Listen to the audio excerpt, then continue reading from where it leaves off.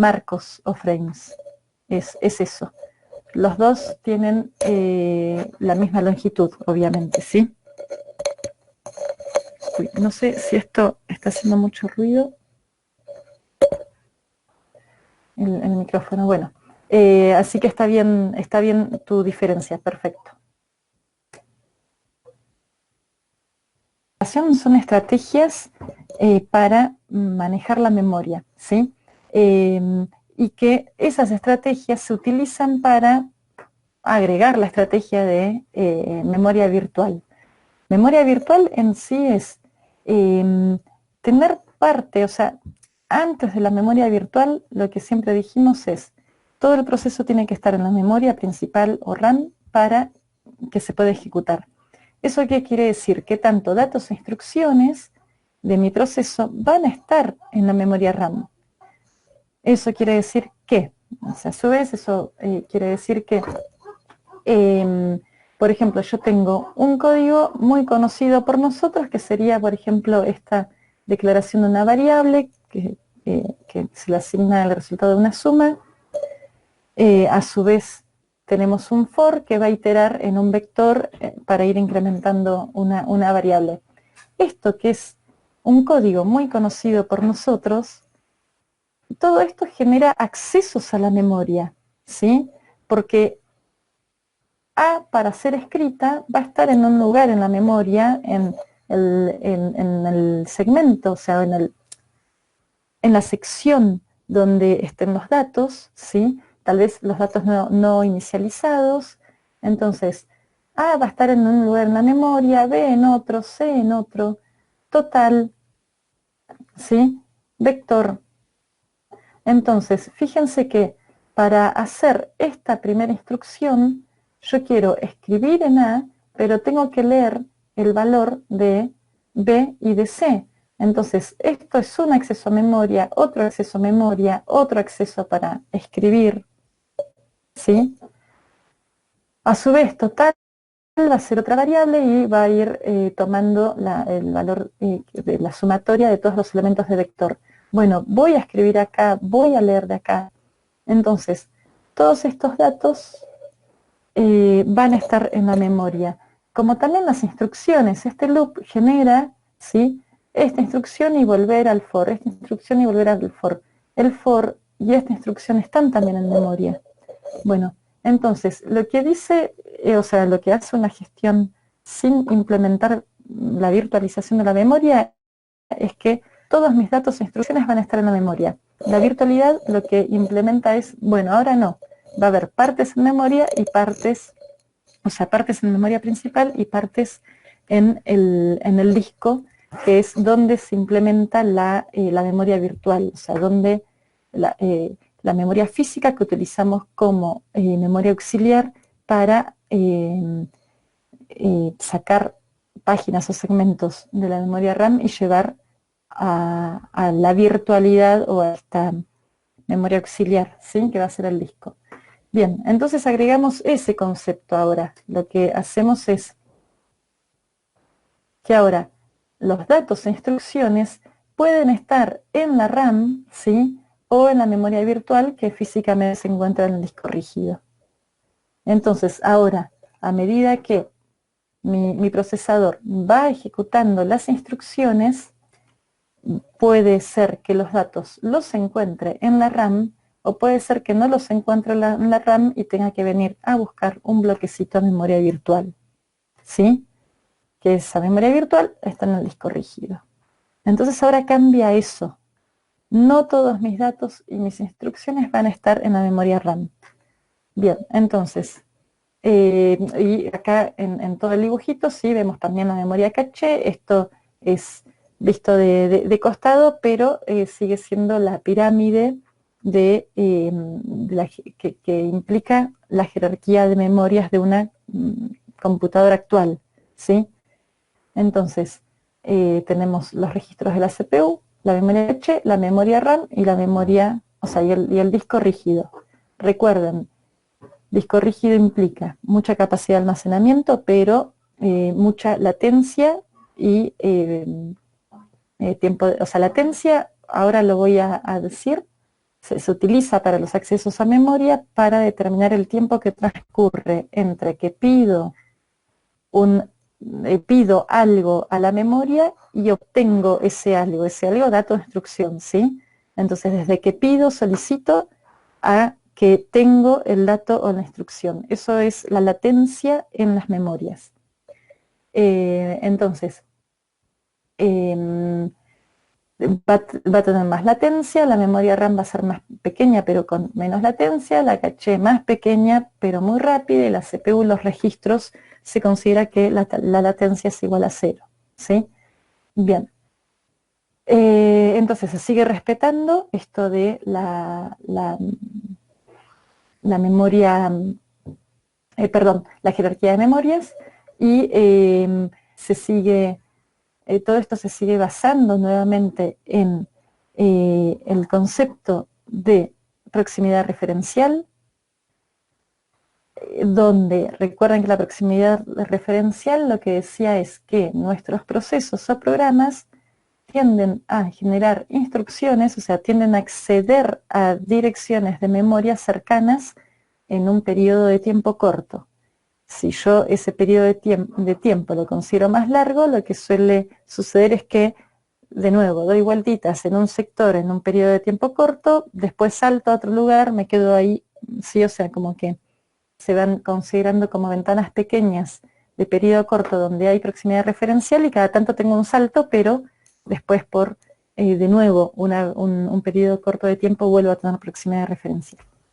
Bien, nos vamos a basar de nuevo en este principio para entender el éxito de esta estrategia, el éxito de la virtualización, ¿sí? Y esto es, si yo no tengo un dato en la memoria RAM, me voy a traer una página, ¿sí? Entonces pongo esa página en mi memoria RAM y seguramente en un tiempo corto de tiempo, esa página tenga los datos e instrucciones que yo necesite en un periodo corto de tiempo, ¿sí? Porque no me traigo nada más que el dato que yo busco. O sea, mi CPU quiere la A nada más, la va a buscar a caché, no está, la va a buscar a la RAM, no está, la va a buscar a disco, no está. Entonces, como hay fallo de caché, fallo de página, me traigo la A y toda la página donde reside la A, la coloco en un frame en la memoria RAM, y ahí seguramente esa página la vuelva a utilizar, al menos en un periodo de tiempo corto. Obviamente esto tiene que ver con cómo se programan, cómo programo y cómo se almacenan las estructuras en la memoria, ¿sí? Por ejemplo, en C, a ver, si yo en C tengo una matriz, ¿sí? Y quiero hacer un recorrido por filas, todos van a entender que con un for que vaya de 0, voy a hacer así, hasta n, y otro for con un j de 0, supónganse una matriz cuadrada de n por n. Entonces, yo acá voy a ir accediendo a mi matriz A, ¿sí? Y j. ¿Sí? O sea, esto es un pseudocódigo. Bueno, entonces esto lo que hace es acceder a este dato, después a este, después a este, después a este. Paso a la segunda fila, columna, columna, me muevo por las columnas, ¿sí? Y voy accediendo a cada dato. Esto, fíjense que lo que hace es acceder por filas. Entonces, los accesos que están cerquita en el tiempo acceden a datos que están pegados en la memoria. Entonces, en este caso, si yo tengo que la matriz A en la memoria RAM se almacena por filas, fila 0, 1, 2, 3, sí, estoy haciendo unos esquemas abstrayéndome de los detalles, ¿no? Pero si mi almacenamiento es por fila, este acceso va a tener proximidad referencial. Buenísimo. Pero, ¿cómo sé si se almacena por filas y no almacena primero todas las columnas, perdón, toda la columna 0, después la columna 1, después la columna 2, esto es por filas? No puede ser que mi compilador almacene por columnas, columna 0, columna 1, columna 2, columna 3, ¿Por qué doy por asumido que en el compilador almacena todos los datos de mi matriz por filas y no por columnas? Bueno, si yo quiero hacer algoritmos eficientes, es algo que tengo que investigar, ¿sí? O sea, es un detalle que, esto son detalles conocidos de los lenguajes. Entonces, la idea es, yo estudio cómo se almacena, en este caso, una matriz, y después hago el acceso para generar accesos con proximidad referencial, ¿sí? En este caso, si mi almacenamiento es por columnas, mi acceso debería ser, varío la fila, ¿sí?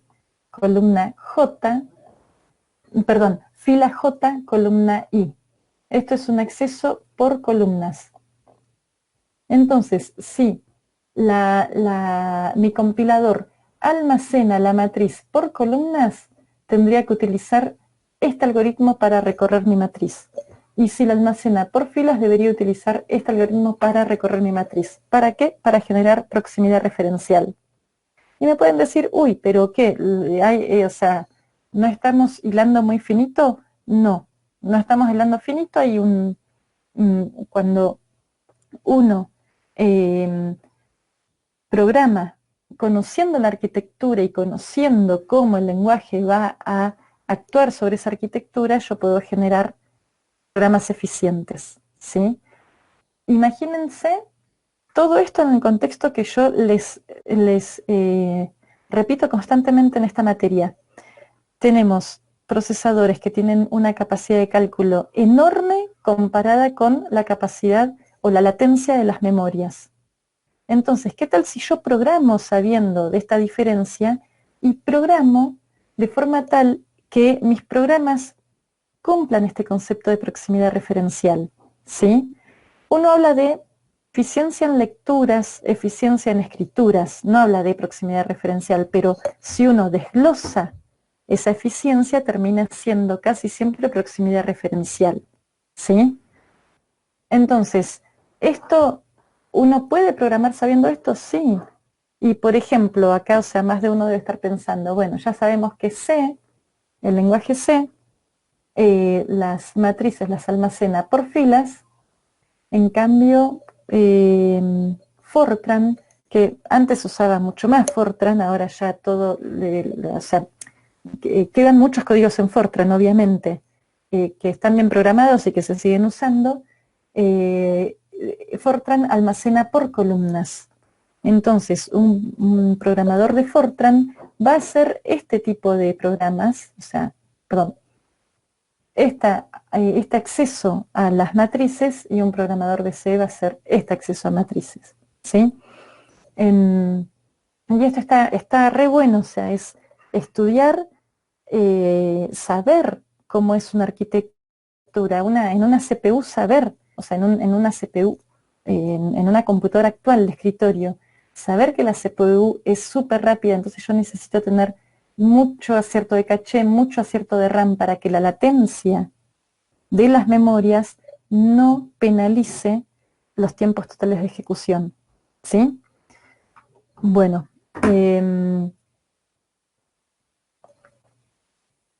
entonces, por eso también está muy bueno la programación en C, porque si yo, por ejemplo, escribo un producto de matrices en MATLAB o en Python, o sea, me encantan MATLAB, me encanta Python más o menos, o sea, acá estoy tomando una licencia poética porque no me gusta Python, pero supónganse que me encante Python, me resuelve todo, pero yo no sé cómo están accediendo y yo no sé si para mi arquitectura es eficiente, ¿sí? Me pueden decir, no, bueno, pero Python está optimizado. Sí, la verdad, o sea, no tengo mucha idea porque no me puse a estudiar Python, pero, o sea, sí un poco de sintaxis, pero no en profundidad. Entonces, uno estudia el lenguaje, estudia la arquitectura y tratamos de generar aplicaciones que sean eficientes. ¿Por qué? Porque primero, una arquitectura es cara, o sea, cualquier computadora es cara, y las aplicaciones de hoy en día, la verdad que lo que es acceso a datos puede llegar a penalizar un montón el rendimiento total. Si yo tengo una CPU que es una Ferrari y una memoria RAM que es una bicicleta, tengo que saber usar bien la bicicleta como para poder hacer funcionar comparablemente la CPU, ¿sí? O sea, no es un ejemplo muy feliz, pero bueno. Bueno, entonces, el ejemplo que ahí les di es bastante típico, y que ustedes cuando se enfrenten a arquitecturas van a tener que saber un poco cómo, cuáles serían los patrones de acceso, por ejemplo, a las memorias que haya instaladas más eficientes y programar un poco a partir de ahí, ¿sí? Bien, esto entonces, eh, mm, mm, por favor párenme y váyanme preguntando lo que no se haya entendido, ¿sí? Bien, en este caso vamos a utilizar, bueno, acá hablo de fragmentos porque todavía no dijimos implementación memoria virtual con páginas, ¿sí? Pero entonces, fragmentos, yo a veces le digo secciones como sinónimo fragmento para no pegarme ni a segmento ni a página. Pero lo que vamos a utilizar ahora son estructuras para el sistema operativo para poder manejar a mi proceso dividido en páginas o segmentos, dividido en fragmentos en sí, ¿sí? Entonces, recuerdan que en gestión de procesos vimos que el sistema operativo se basaba en bloques de control de proceso para crear y manipular los procesos. Bien, acá, y tablas de procesos y por ahí teníamos seguramente simplemente una lista simplemente enlazadas de bloque de control de procesos para todos los procesos en estado de listo, bueno, todo lo que ya venimos viendo, ¿sí? Para memoria virtual lo que vamos a utilizar entonces son tablas de páginas o tablas de segmento, como ya aprendimos anteriormente, pero ahora se le va a agregar el bit de presente, ¿sí? Para indicar si está o no en la memoria principal, porque si no está en la memoria principal está en disco, ¿sí? Y si fue modificada, porque resulta que si fue modificada, yo ahora tengo que actualizar la copia que tenga en la página del disco, ¿sí? Si no fue modificada no pasa nada, no va a haber problemas de consistencia. Entonces ahora la tabla de página que tenía la página, ¿sí? O sea, la página de mi proceso, y por ejemplo el marco en el que está, ahora le vamos a tener que agregar mínimamente 2 bits más, mínimamente, ¿sí? Para determinar si está presente en la memoria o no, y si fue modificada o no. Bien, entonces, vayan parándome, por favor, así.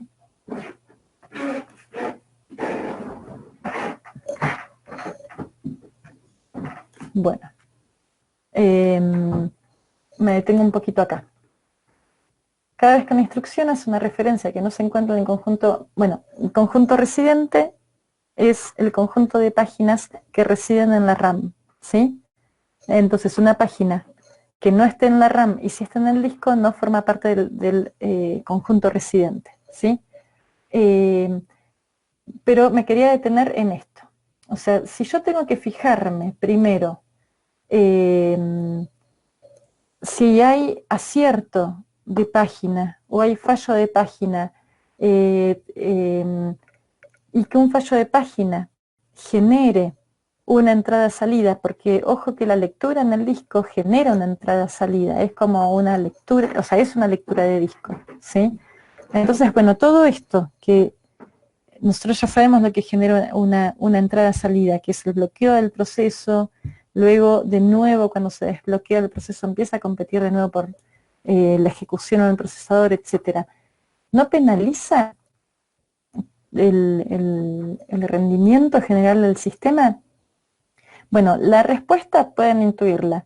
Si es algo que está siendo utilizado hace varios años, quiere decir que no penaliza, es más, que beneficia la gestión, ¿sí?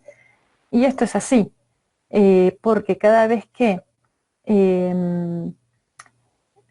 o sea, que hay acierto de página de memoria RAM y la gestión, la virtualización de memoria, los beneficios son más que las desventajas, ¿sí? Bien. Además, lo que leía es que la entrada-salida para manipular páginas es más rápida que, por ejemplo, una lectura en un FSCANF de mi programa, ¿sí?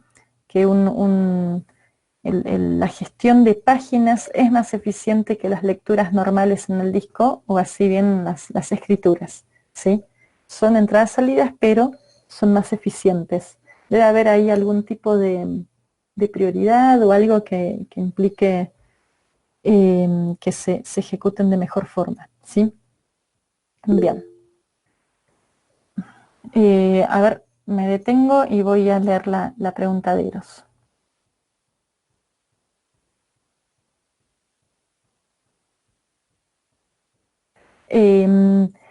Sí, Eros, a ver, puede ser que, por ejemplo, la lectura de una matriz implique, o sea, esté condicionada a lo que ingresa el usuario por el teclado. O sea, hay partes del programa que las podés ejecutar sí o no, dependiendo de la ejecución misma del proceso. Por ejemplo, por alguna decisión del usuario o por alguna condición que se dé dentro de la ejecución. Entonces puede haber partes del código que realmente no se ejecuten. No todo tu código se va a ejecutar, ¿sí? Vos mismo pensá en algún if, algún switch case, algo de un programa tuyo, ¿sí? Eso por un lado. No es que cada instrucción se vaya a ejecutar. ¿Y por qué solo algunas de las páginas quedan en memoria principal? ¿Qué pasa? Si yo no tengo todas las páginas de los procesos, o sea, mi conjunto residente va a ser menor al conjunto de páginas totales de un proceso. Todos los conjuntos residentes de todos los procesos van a ser menores a, o bueno, puede ser alguno que no, que tengan pocas páginas, el sistema operativo le dé marcos para cada una de las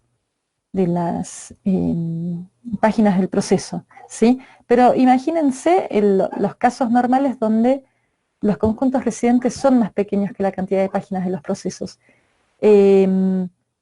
Eso hace que yo voy a ir ejecutando instrucciones y mientras haya acierto de página no pasa nada, porque eso quiere decir que la página está presente en la memoria RAM.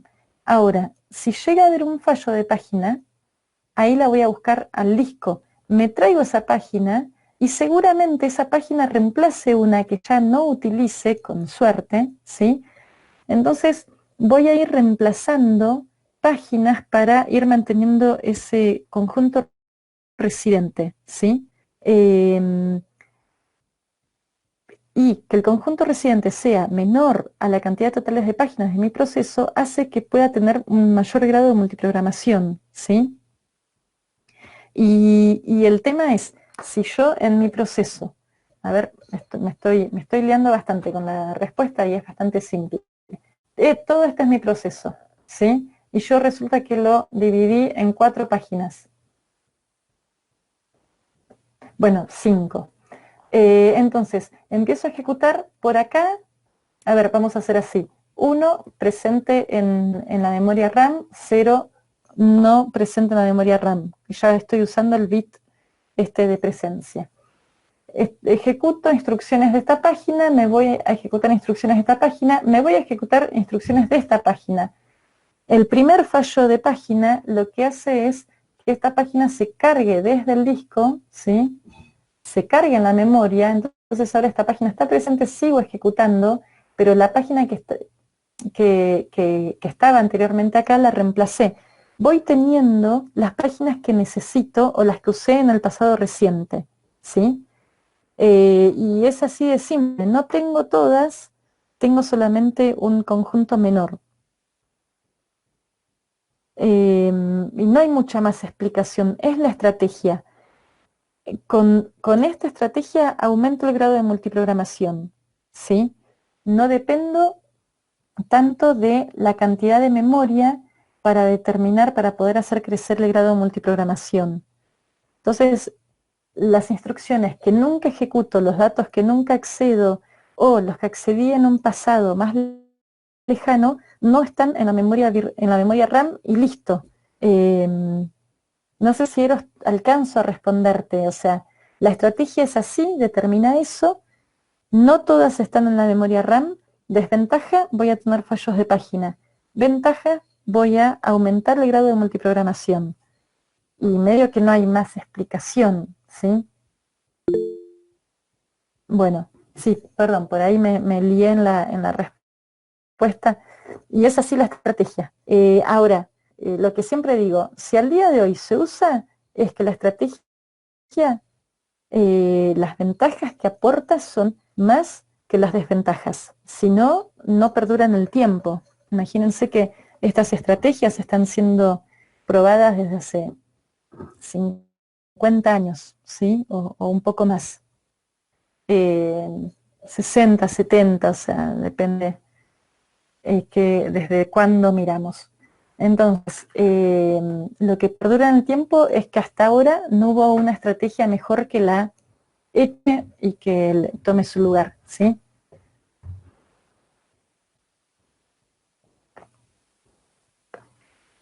Y fíjense que esto genera una gran desventaja, que es la lectura, la entrada-salida en el disco, con todo lo que eso implica. Y no es poco eso, ¿sí? Justo, bueno, en esta diapositiva acá habla del estado de hiperpaginación, que yo ya lo introduje un poco, pero es cuando el procesador pasa más tiempo atendiendo fallos de página que procesando, ¿sí? Y que muchas veces, o sea, nuestras computadoras, si tienen poca memoria RAM, es bastante típico, yo abro 10 aplicaciones a la vez y empieza a estar lenta, lenta, lenta. Muchas veces se debe a este estado de hiperpaginación. Tengo poca memoria, le doy pocos marcos a cada proceso, entonces los procesos están siempre haciendo fallos de página. Entonces siempre se están atendiendo esas lecturas en el disco y no tanto haciendo procesamiento real. Eh, por eso muchas veces si logramos comprar un poco más de memoria RAM, instalarla y que el sistema operativo la reconozca, ya ahí nos damos cuenta de que la velocidad de ejecución aumenta, ¿sí? Muchas veces tiene que ver con esta hiperpaginación que se puede llegar a dar. Y eso todos nos enfrentamos hoy, más con algunos sistemas operativos más que con otros. Sucede, bueno, yo sé que si abro un navegador, abro esto, lo otro, o sea, 4 o 5 aplicaciones pesadas, va a empezar a funcionar mal la computadora, es lo que veo. Y eso es que el sistema se la pasa gestionando y no ejecutando instrucciones de usuario, ¿sí? Si no, yo vería mucho como tiempos de respuesta rápidos y no lentos, ¿sí? Entonces, bueno, eso está bueno porque todos los que usamos computadoras podemos ver eso, ¿sí? Bueno,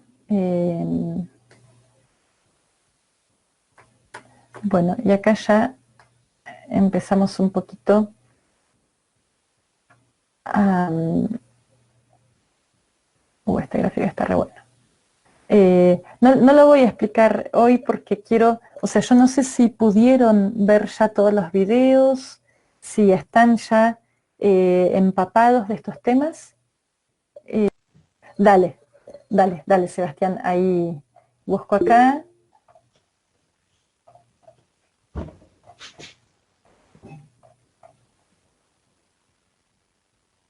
Bien, esto por ejemplo, ¿no? Sí. Bien, ¿hace falta que veamos el video o lo explico acá? ¿Qué preferís, Sebastián? No, prefiero que si lo puede explicar un poquito, Dale, que no terminé de entenderlo bien. dale, dale. Bueno, a ver, el tema es, yo para que todos se pongan en onda, em, la paginación, el sistema operativo va a utilizar tablas de páginas como estructura auxiliar para gestionar las páginas.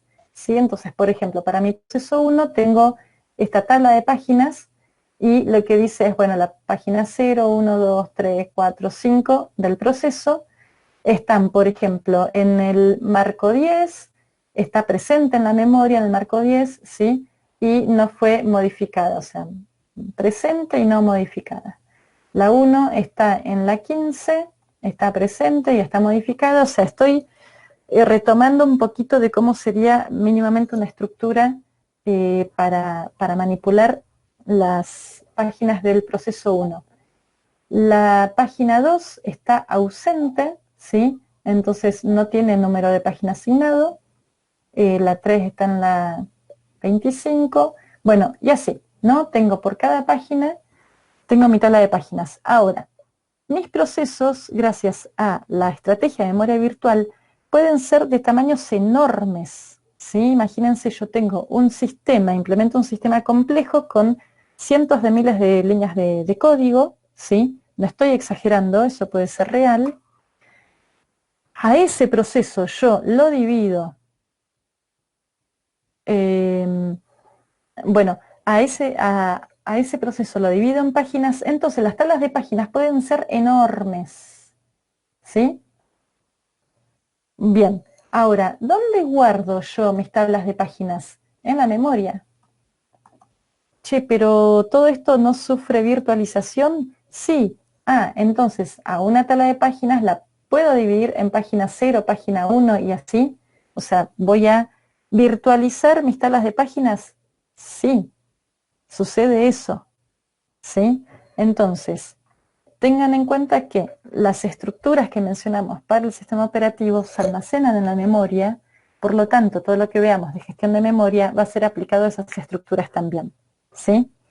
Bien, entonces ahí surge la estrategia de tablas de páginas de varios niveles.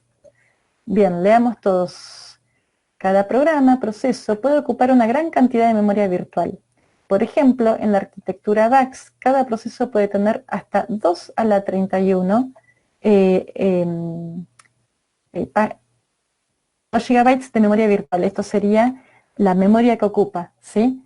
Utilizando páginas de 512 bytes, eso significa que se necesitan tablas de páginas de 2 a la 22 entradas, ¿sí? O sea, yo divido o sea, mi proceso está dividido en páginas y necesito un montón de páginas, números muy grandes de páginas, ¿sí? Entonces, la cantidad de memoria dedicada solo a tablas de páginas podría ser inaceptablemente alta, ¿sí? La cantidad de memoria dedicada solo a tablas de página. ¿Por qué? Porque la tabla de página tiene que estar en la memoria RAM. Eso es lo que partimos de eso, porque va a ser constantemente referenciada, ¿sí? Y se supone que todas las estructuras del sistema operativo asumimos que están en la memoria RAM, que puede ser como esto, la parte del kernel. Bueno, pero acá ya con este ejemplo nos damos cuenta de que tal vez estas tablas de páginas, si yo digo que sí o sí van a estar enteras en la memoria RAM, me consumen toda la memoria RAM. Tenga la memoria RAM nada más que para las tablas de páginas de mi proceso. Eso es inaceptable, ¿sí? Entonces, acá se agrega entonces lo de aplicar estrategias para la manipulación de estas tablas de página, ¿sí? Entonces, o sea, esto de inaceptable es que, bueno, no lo vamos a implementar tan así como yo estoy diciendo, que las tablas de páginas están en memoria RAM. Nos olvidamos de eso porque por los tamaños grandes de los procesos me puede generar tablas de páginas muy grandes también. Bueno, algunos procesadores hacen uso de un esquema de 2 o más niveles para organizar las tablas de páginas. En este esquema hay una página de directorio de nivel 1 en la que cada elemento apunta a una tabla de página de nivel 2, y así sucesivamente. En la siguiente figura se muestra una tabla de páginas organizadas en 3 niveles. Nivel 1, nivel 2 y nivel 3. Típicamente la longitud máxima de una tabla de páginas se restringe al tamaño de una página. Bueno, entonces, ojo que acá estamos hablando de tablas de páginas implementadas en páginas. Es lo que les digo, estas estructuras se paginan, ¿sí? Entonces, avísenme, yo por ahí del chat, si me concentro mucho acá, pierdo un poco de vista el chat, así que cualquier cosa, prendan el micrófono y preguntan, ¿sí? O alguno, me avisa que si alguno escribió algo en el chat. Bueno, entonces, miren cómo se gestiona en este caso. Tenemos ahora que la dirección virtual ya no va a decir número de página y desplazamiento, sino que lo que tiene está dividida en el desplazamiento de cada nivel de estos 3 niveles de las tablas de páginas.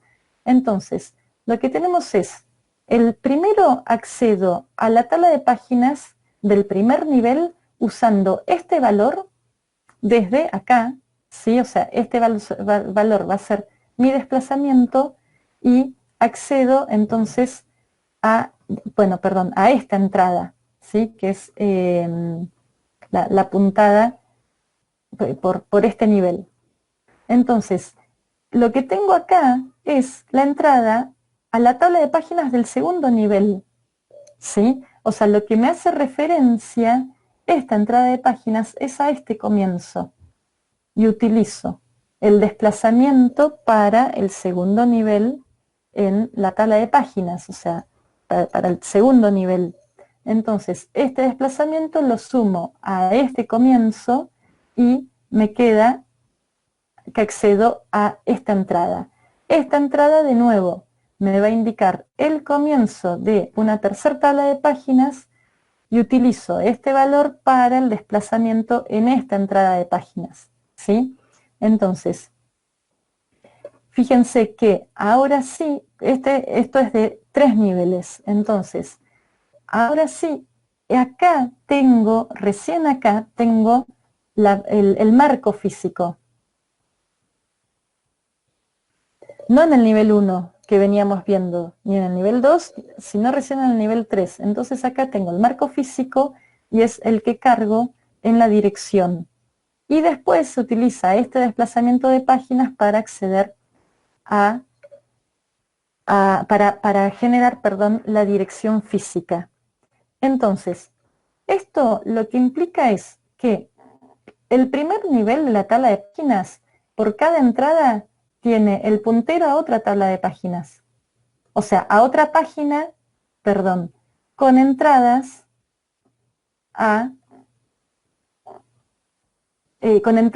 de la tabla de páginas. ¿Sí? Y a su vez, cada una de estas páginas tiene un puntero a páginas con entradas de tabla de página. Entonces, lo que logramos es que yo la cantidad de páginas ahora va a depender de la cantidad de entradas que tenga acá y la combinatoria, ¿sí? De cuántos, gracias, de cuántas entradas entran por cada página, ¿sí? Entonces utilizo combinatoria para calcular el total, pero en la memoria RAM, ¿qué páginas de mi tabla de página, qué páginas en las que están mi tabla de páginas de un proceso voy a necesitar en la RAM? Nada más que esta, nada más que esta y nada más que esta. 3 y no todas. ¿Se entiende? Es para decir, bueno, mira, mi proceso yo lo divido en 2 a la 22 páginas. Como esto no va a estar en la memoria RAM porque me la va a consumir completamente, no solo de mi proceso, tengo un montón de procesos que llegan a ese máximo de 2 a la 22 páginas.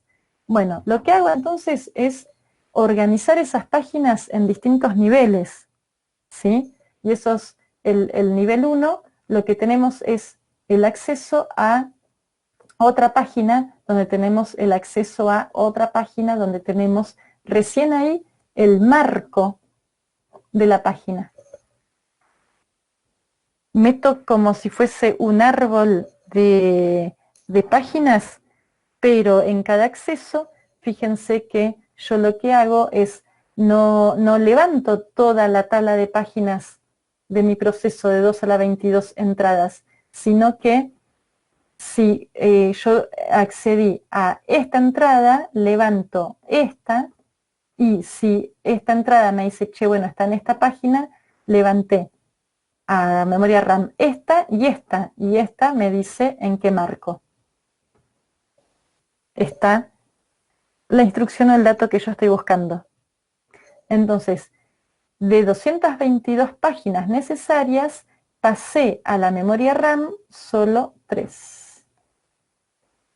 Sebastián, ¿se entiende? Sí, ahí entendí. Bueno, esto se hace que por más, o sea, fíjense cómo, esto no deja de ser un árbol, mírenlo desde acá. Es un árbol no binario, sino que tiene, si yo acá tengo n entradas, es un árbol eneario. Entonces, como árbol eneario, ¿sí? Fíjense cada vez que yo bajo de nivel, la cantidad de hijos que voy agregando. Y bajé 3 niveles nada más, y ya tengo un montón de hijos. Entonces yo lo veo como un árbol, o sea, véanlo así, y fíjense que sabiendo, o sea, conociendo la estructura árbol, puedo implementar un sistema operativo donde los procesos sean súper extensos, páginas más o menos, o sea, con no tantas entradas, y la tabla de páginas, en vez de verla de forma secuencial, es un árbol. Y ese árbol va a hacer que yo levante a memoria RAM como máximo, bueno, no, creo que sí que va a ser la cantidad de niveles que yo baje por mi árbol.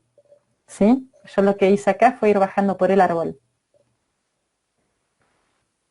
Y recién estas tienen, recién las hojas tienen el número de marco.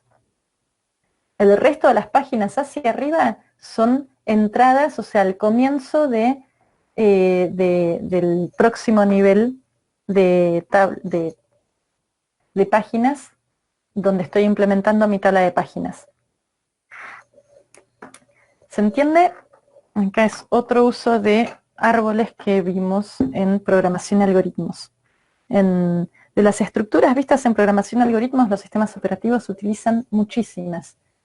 El tema es, o sea, lograr ver esto, que por ahí en este gráfico es más difícil, pero véanlo en serio como un árbol. Está buenísimo verlo como un árbol. ¿Dónde están los marcos? En las hojas. Antes de las hojas, los niveles previos tienen entradas a otras páginas donde los datos corresponden a la tabla de página y no a marcos.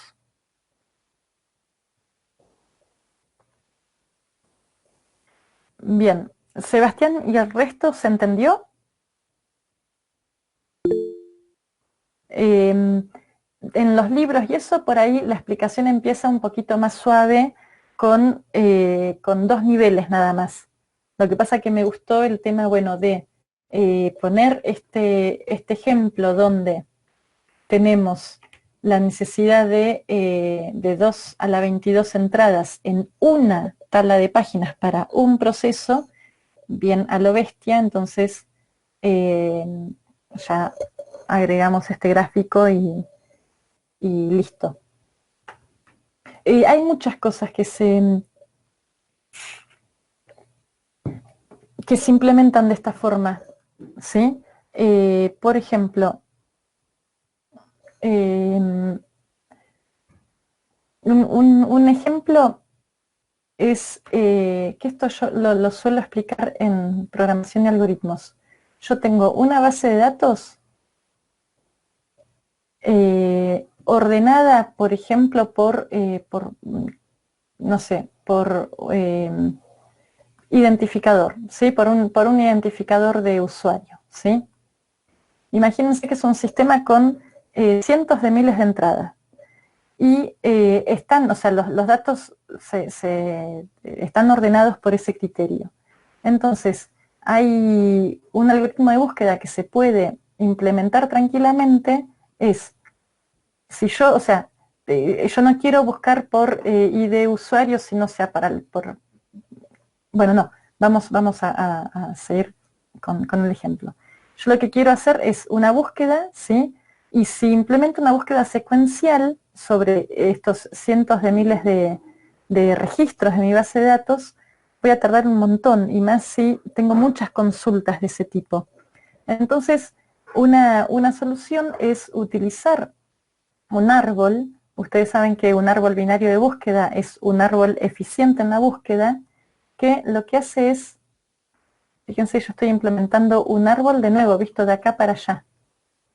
Un árbol binario, ¿sí? Entonces, acá tengo este hijo, acá me faltó un hijo, tiki, tiki. Me están faltando nodos. 1, 2, 3, 4, 5, 6. Claro, lo que pasa es que no tendría que haber sido de 8. Esperen. Vamos de nuevo, ¿sí? Como no lo hice potencia de 2, empecé a tener lío con los hijos. Esto no es que hay nada. Ahí. Bien, entonces, fíjense, estoy armando un árbol binario de búsqueda.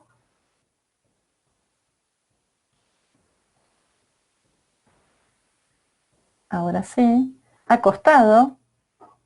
Entonces, hay soluciones a búsquedas en bases de datos que lo que tenemos es, yo arranco la búsqueda por acá y hago un algoritmo de búsqueda en este árbol, y lo que me lleva a cada hoja es al comienzo de una sección de la base de datos. ¿Sí? Entonces, yo lo que logro hacer con mi árbol binario de búsqueda es acceder a uno de estos bloquecitos en los que dividí mi base de datos. Y después acá adentro sí puedo hacer una búsqueda secuencial pequeña, ¿sí? Pero evito tener que hacer una búsqueda secuencial enorme gracias a este árbol binario de búsqueda que me permite un acceso más eficiente a la base de datos. Este ejemplo también siempre lo traigo porque me parece que es un ejemplo súper fácil de ver.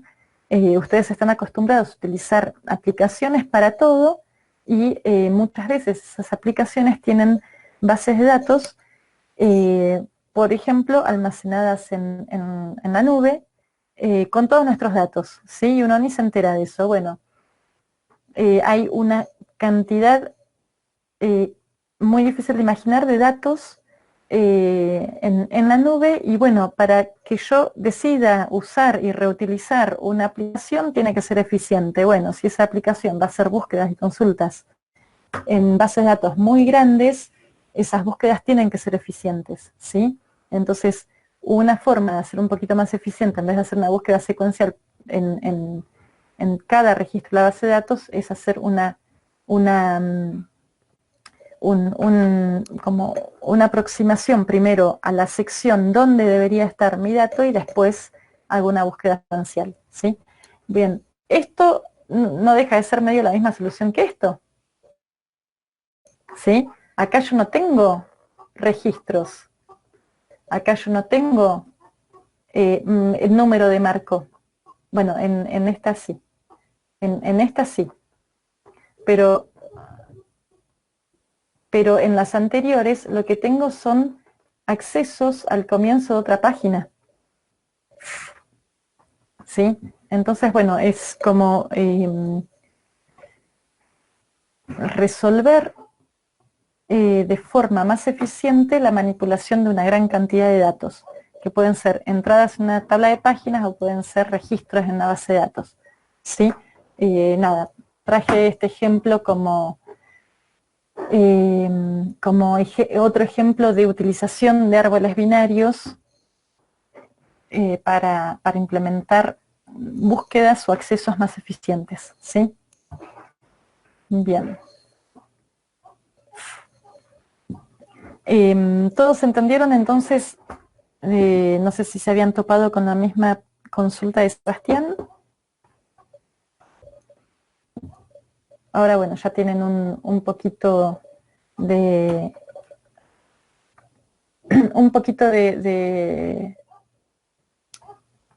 de conocimiento de cómo se para cuando vean esa parte en los videos, ¿sí? Bien, ¿más consultas?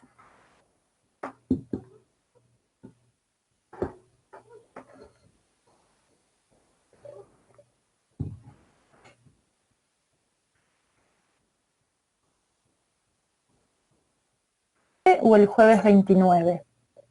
Díganme qué prefieren.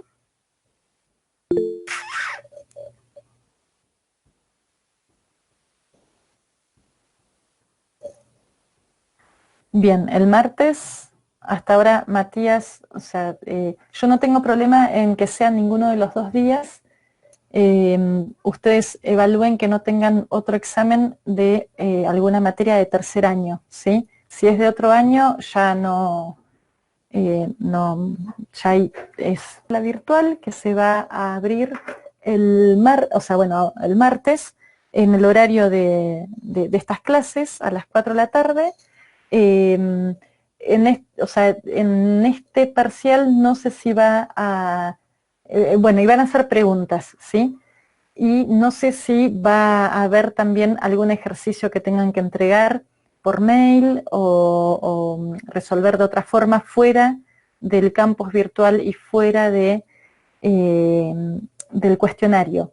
En ese caso igual, yo lo que hago es en el cuestionario, ahí publicar algún PDF, ahí publicar algún enunciado que no se resuelva con las herramientas del campus virtual, sino que lo resuelvan ustedes y después sacan una foto y lo mandan por mail o generan un programa, en el caso que se tome algún tipo de programa, por ejemplo, algún fork o algo así, y mandan el punto C por mail y eso, ¿sí? Igual en este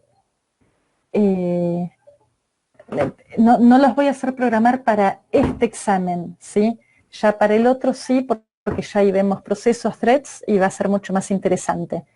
Pero se puede llegar a tomar, bueno, ¿qué hace este fork? Y ustedes que determinen qué es lo que hace, qué no hace, ¿sí?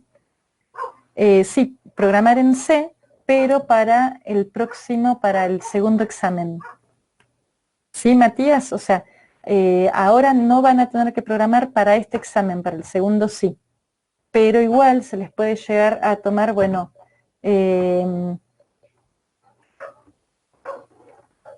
esperen, a 10 hijos, ¿sí? Un padre se va convirtiendo en padre, abuelo, bisabuelo, etcétera. Sí, cosas así, sí, pero para este examen programar no. Para el otro sí, porque va a ser mucho más interesante lo que podemos resolver, ¿sí? Bien, entonces, el martes 27, lo que van a tener que hacer es, a las 4 de la tarde se conectan, abren el cuestionario y lo resuelven.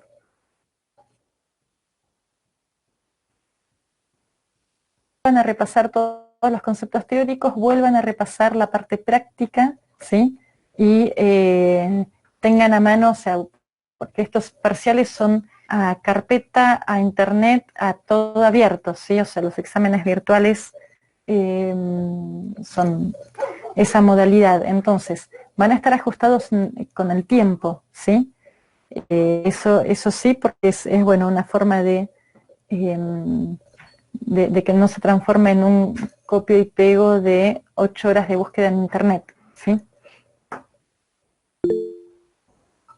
De programación, pero no entiendo de qué forma. El tema de multihilos, lo que termina siendo es que el sistema operativo termina gestionando, o sea, volvemos a la gestión de procesos, ¿sí? Entonces, lo que termina siendo el sistema operativo es gestionar hilos y no procesos. Entonces, si cada proceso tiene, por ejemplo, 2 hilos, y mi procesador lo que ejecuta es de a un hilo, ¿sí? Lo que terminamos teniendo es más